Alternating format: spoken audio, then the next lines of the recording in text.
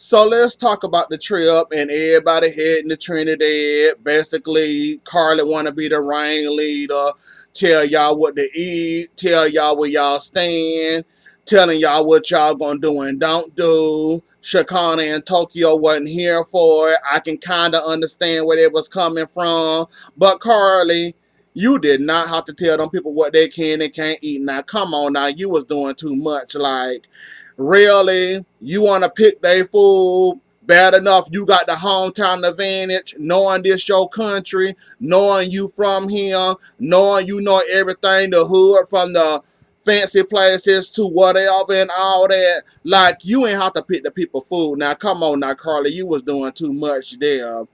Scrappy and Bambi then lost that well. The airport then lost their luggage, so they screwed. They got to go buy some more stuff, so they all ready.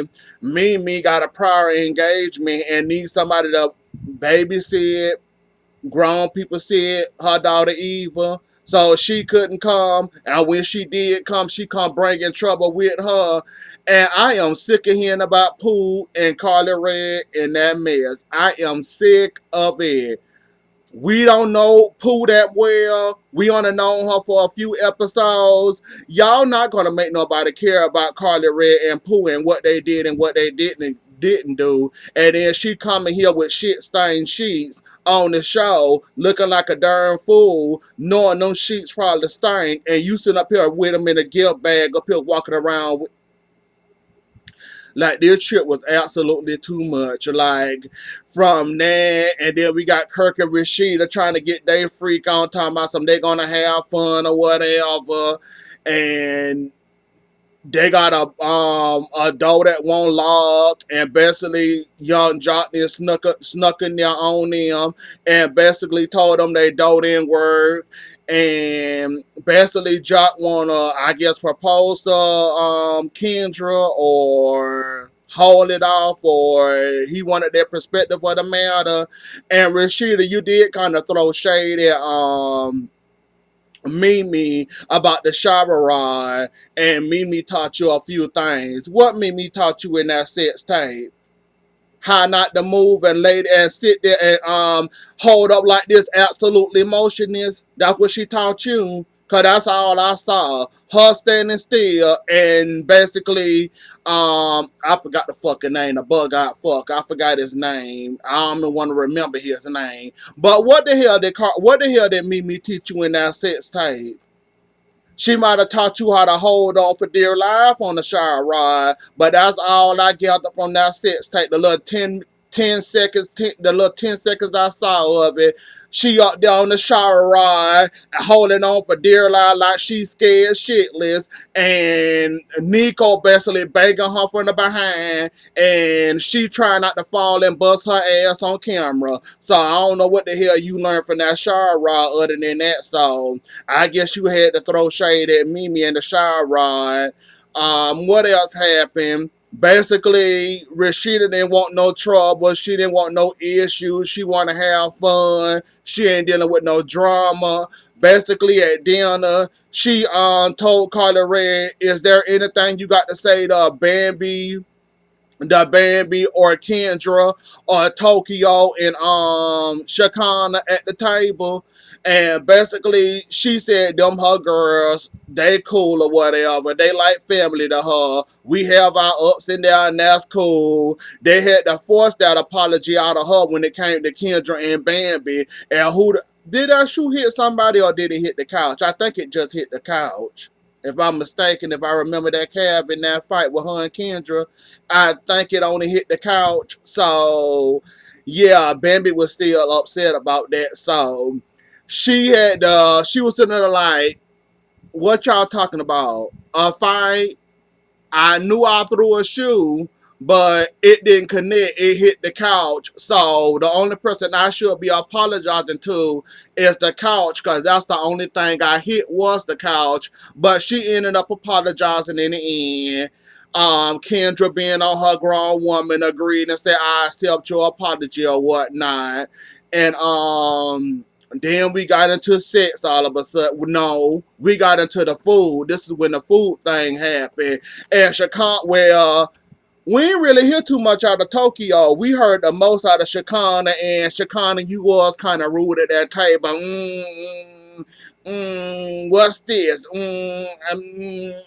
I don't know if I want that. Yeah, you was kind of rude. You could have at least waited till the people walked away. Besides you sitting up there dissing them people food in front of their face. Carly, on the other hand, you could have let them people choose their own food just cause you want them to try the culture and try all the cuisines of Trinidad. You could have at least let them people choose their own cuisine and not you choose their stuff for them. You could have at least done that, for crying out loud. And then this happened. Carly Red fell some type of way because she brought y'all to Trinidad, trying to show y'all the culture, trying to show y'all the in and out. Want y'all to try some of the Trinidad flavor. Want y'all to try the cuisines down there. And basically, she kind of got up and she got angry, and then Tokyo sitting up there cool, up there eating her food. I think the most problem she had was out of Shakana, cause Shakana had the most to say with the food. I think Tokyo only said maybe a or probably made her faces or so. I don't think we heard too much out of Tokyo at the table. Shakana was the one with the and what's this and smelling. No, that was Tokyo that smelled the spoon and all that. So with that whole thing, and Shakana basically told Carly, "You don't want me to tackle you, and you don't want to try me. You don't want to fight." They tried to calm it down, and it took Bambi. It took Scrappy to calm it down, saying, "Y'all over here arguing about food or something that's not important. Yeah, you need food to survive or whatever, though, but I'm here in Trinidad in a whole nother country with no suitcase. Me and my wife basically got the clothes that we only wearing, and we ain't got all our luggage. Hopefully, maybe the airport will have the rest of our luggage, and maybe we don't have to buy no more clothes." And that put everything in perspective, and everybody calmed down and cooled and relaxed. Shakana still wants Spice to come on back. To come on back. Come to Trinidad, I guess the calm Carly Red down, and basically Scrappy shared with us his sex life with a real life deer or a real life Bambi about they ain't having sex. She got so many complaints. Her titties hurt, her back hurt, her stomach hurt, her pussy hurt, her lip hurt, her back hurt, her neck hurt, her leg hurt, her toe hurt, her finger hurt, all the complaints she can have. And basically, Jock said it in the confession that this woman just had a baby. A real life human just came out of her. You might want to calm down on the sex, and her nipples probably leaking out milk. Scrappy said he a nasty mother, and he don't mind about a little milk. He don't mind taking some milk too from the baby, just as long as he can get some, cause he been deprived of sex, I guess, since she got pregnant. I'm guessing they stopped having sex then. So since she probably been pregnant, they probably once or twice probably did it a couple of times. And then I think before she had the baby and after the baby, and the baby basically holding up his head and all that, he ain't been having sex lately. So they ain't trying to get it in, but Kirk and Rasheeda want to share their sex live about her wigs, and basically her and Kirk keep their relationship where they marriage fresh, meaning that you notice that she have on a different wig every day. She might got 5, she might got 10, but she keep it fresh by doing that. And when they first got back together and first started having sex again, after the fake baby, after all the cheating, after all the anger, and all the storm and the hurricane and the tornadoes went away, basically they had make-up angry sex, which was good for both of them.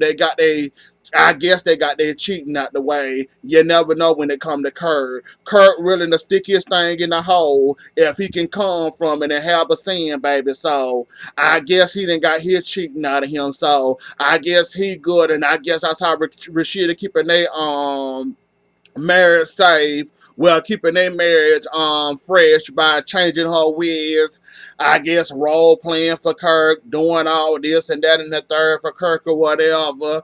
And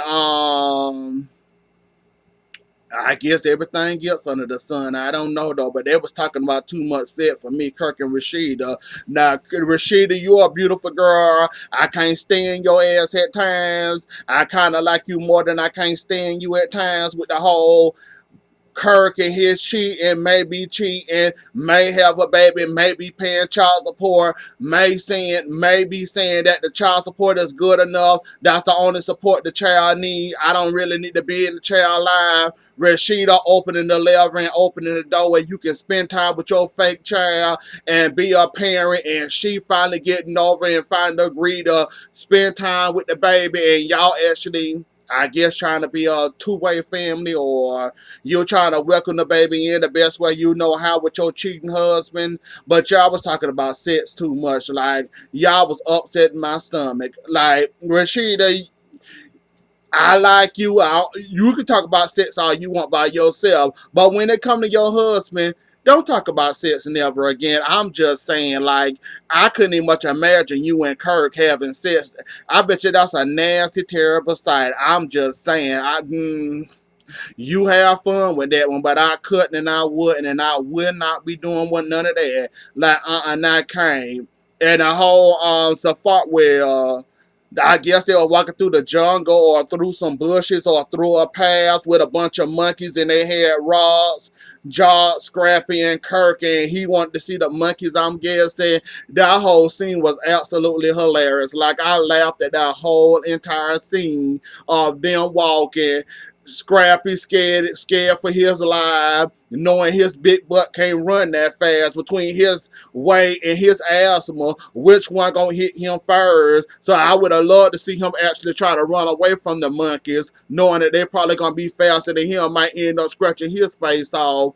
But that whole scene where they were walking through the path there, the forest or whatever that was, with the monkeys all in the tree and all that, and they was talking about sex and all that, and basically Jock and Kirk basically gave Scrappy sets advice on how to, I guess, make the living deer give him some sense by sucking on her toes, massaging her feet and all that, rubbing her down or whatever, make her get into it by sucking on the toes and rubbing on the booty, and I guess giving her a massage or whatever, and basically telling them you got to be a little bit more freakier than what you is, and you might have, I guess, might have did that to get her, but now you want to have sex again, and I guess you tired of looking at porn and tired of playing with yourself, so I guess you want a real life thing. And like I said, I agree with the deer. I agree with the deer. Like, she done had a whole baby, Scrappy. Continue to go on and watch porn and continue to go on and play with yourself. Get your thrill out of that, because most women wouldn't be down or cool with that. You better go ahead and continue to watch your porn and go ahead and play with yourself and get your thrill. That woman to let you know when she ready for some. Y'all had sex to have that baby, so I'm pretty sure she'll be down or whatever to have sex with you when she feel like it, when she ain't skirting milk out of her titties like guns or whatever. She'll give you some when she ready to give you some, or maybe not, or this might be the end of y'all, or I guess I say be patient, Scrappy. She'll give it to you eventually. Y'all must have been doing something right, y'all, and had a whole child. So I mean, I guess be patient. And Carly Red in this pool situation, um. Mimi, you was messy as hell for bringing that woman. That woman don't want to make peace. That woman don't want to keep the peace. She want Carly Red to basically admit that she was a lesbian for the night, and she was on you, on your pussy. She was on his dick, helping you suck it or whatever, doing all that little nasty freaking stuff that y'all was probably may or may not doing. Like I said, ain't no telling when this happened. Sound like it happened a long, long time ago, but y'all want us to care in this current moment about that, because I guess that was Pool gateway to come on the show, give Carly Red some drama with the whole Is Carly a lesbian? Is Carly Red not a lesbian? Did y'all have a threesome with your husband involved? Did she do all this freaky stuff she did? Did she shit on your sheets or whatever? So I'm guessing that was your gateway to coming on the show, Pooh, via Carly, and is she a lesbian or is she not? So anyways, though, we get to that. Mimi, you was messy as hell for bringing that woman. You done been around her on two several occasions where you told her, look, well, she threw that cocktail party that only Carly Red showed her. She could have made peace then and kept it cute and kept it nice and actually apologized, dropped the beef, dropped everything, and basically apologized to Carly. Um, then this situation in Trinidad, that woman don't want to drop the piece on Mimi. I'm glad you finally see it now, cause you was messy as hell for bringing that woman on this free trip that you didn't pay for, Carly Red didn't pay for, or none of y'all didn't pay for. That was very rude and disrespectful of you to bring that woman on here, knowing that woman don't want to make no type of peace with nobody. She want this to be out, and apparently Carly Red wanted to be out too. While she pulled out her recording at dinner, I forgot about that part, playing that about hiring, basically confessing on tape with your phone that y'all didn't do hair sex. I'm guessing you didn't poop on his sheets or Pooh sheets, and Pooh basically going around here lying and trying to make you admit the truth about that situation, and you had it even you on there crying on tape and all that. So I'm guessing y'all both got a point to prove.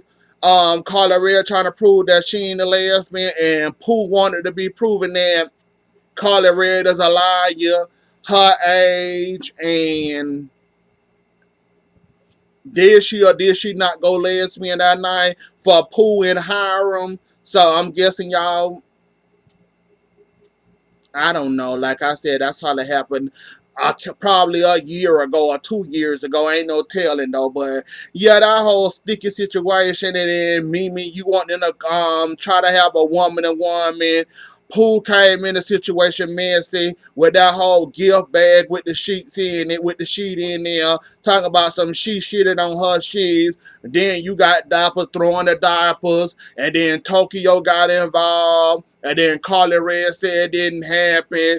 I guess you tried to prove your point by throwing the sheet on the table, and with the diapers talking about her loose private parts and all that, and that was about to fight and all that. So at this point, y'all both need to give it up or do something, cause I'm sick of hearing about it was Carly a lesbian or not. Like, at this point, it is tiring, it's exhausting, and I'm tired of it. So that's all that happened in Trinidad. Now let's get the yeah, let's go ahead and get there. Basically, we back in Atlanta, and basically Shay Mack then walked out on Russ, as she called it, because I don't remember his name he using on here. So she walked on Russ. He was somewhere, he was about to get robbed, and he got shot. So now everybody else that she probably could have called are in Trinidad. So her only hope was Ogbar, and Ogbar agreed to watch the baby while she go to the hospital to see what's up with Russ. Is he gonna make it? Do he have any internal injuries or whatever? So and she asked Ogbar for advice, and Ogbar got a pretty name, Valerie. I think that what it was, Valerie, or something with a V. That's a cute name, and the way they spell it, that's a cute name. And basically, Ogbar agreed to keep the baby, told her to go there cool, calm, don't bring up the cheating, be there by his side. I know you didn't left him or whatever. This the father of your daughter, so you got to be there regardless if you don't want to be there, and put that all aside and worry about this. And basically scrap who you don't know in Atlanta. So you got a crush on Sierra, you know Ogbar, You and Shay Mack, you said y'all like family, and you got a thing for Sierra, Oliver. Sierra, give yourself to the Lord. Go all the way. Go on ahead and be a nun, baby. Cause if you start dating that thing, he trying to do better. If you date that thing, BK, what he did to you, that's only the storm. You gonna get hurricanes and hell with that storm. If you want to date Scrap DeLeon, he can change. He just need the right woman to get him to change. He can't change on his own. Sierra, that's BK, and the other man that you was dating when you left. I forgot the man's name. Damn, I just had it.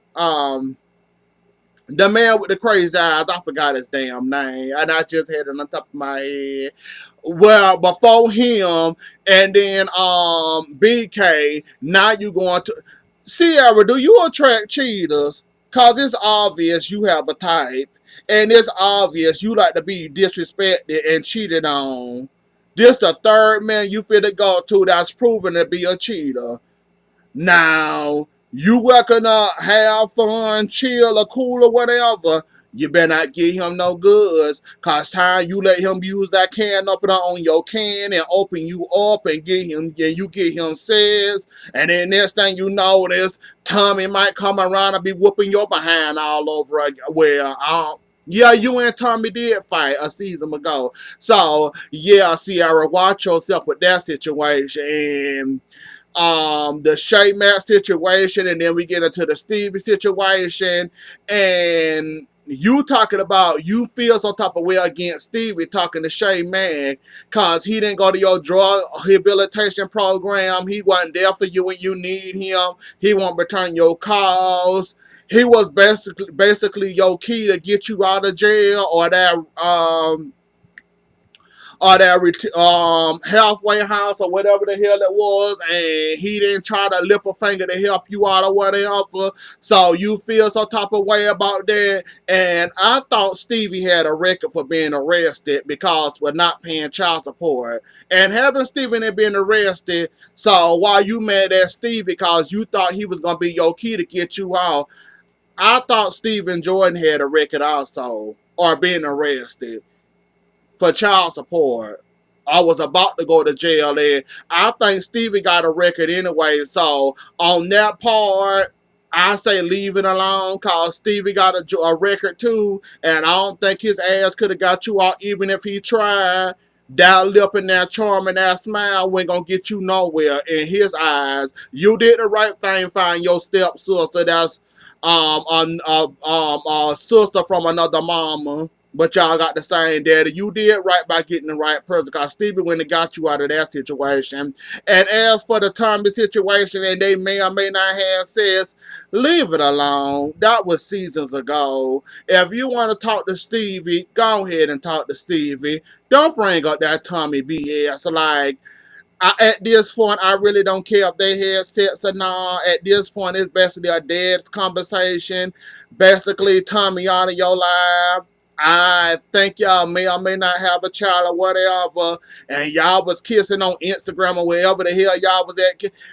Don't bring if you gonna talk to Stevie, talk to him how he wasn't there for you when you needed him as an uncle. Don't bring up old past about Tommy, and don't bring up that you needed him to get you out the halfway house edge, cause nobody cares, Scrap, and you basically wasting your time with that situation.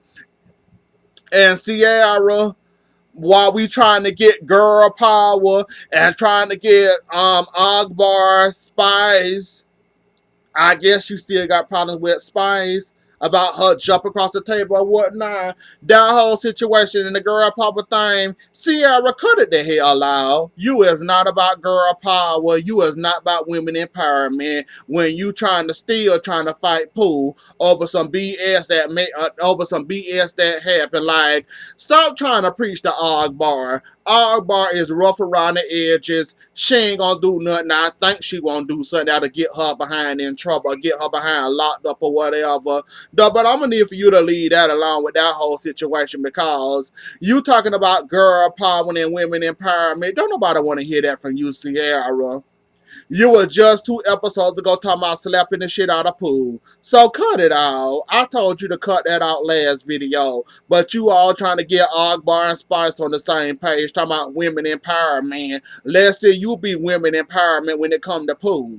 I bet you can't do it. Cause that's all you've been doing ever since we met you on this show, with fighting, hitting bitches with your purse and all that. So let's see you work on women empowering yourself first before you try to hand it out to somebody else, trying to preach to them the good fight and not the fight and all that. So anyways though, y'all, that was the episode. Don't forget to like, share, comment, and subscribe. I'll see y'all later. Enjoy the rest of y'all night. Bye.